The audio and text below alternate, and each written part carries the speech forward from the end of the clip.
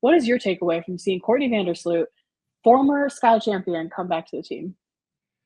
I think it's a feel-good story in many ways, but I also think it's very much a business move that's conducive for both sides. I think that Courtney needed a fresh start from the New York Liberty tenure that she had, where she won another championship, and I also think that the Sky needed a point guard. So what better connection than to kind of go back down memory lane and I'm not writing her off because I think she can hoop for as long as she wants to. But if this is coming towards the end, what better place for her WNBA chapter of her life to end than where it started and where she sustained so much of her all-time great point guard success at. And I think she's going to be in a position for her leadership to hit the way that it will most effectively. I think that she's going to be with a team that allows for her to play the style of basketball that she wants to.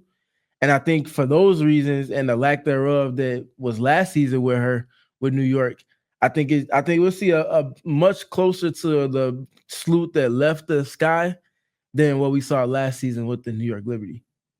Yeah, I absolutely agree on that. I think that there were some reports that the Liberty weren't planning on starting her, which I think is a huge reason that she wanted to come back to the Sky, where we desperately needed a starting point guard. That makes a lot of sense for her, and I do think it makes a lot of sense for the team. You need somebody not only that has won championships and can kind of mentor your young players, but also somebody that works really well in the offense. I am absolutely stoked to see her with Angel Reese and Camila Cardoso, and I'm curious to hear how you think that fit is going to be on the floor.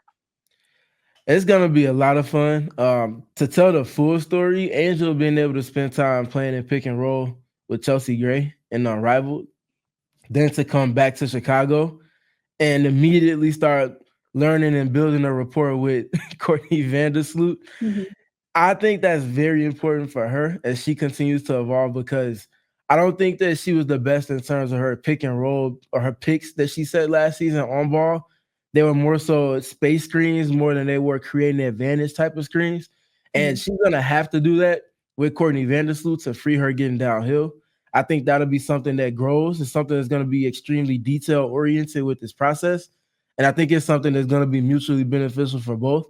There's not a pass that Courtney Vandersloot has seen that she can't make.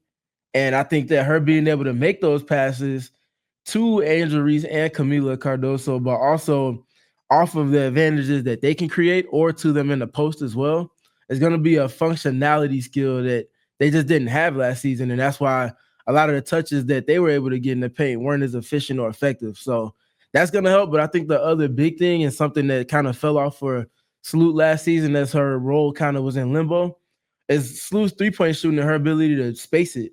I think that's something that's going to be very important for this team in terms of their flow offensively as well. We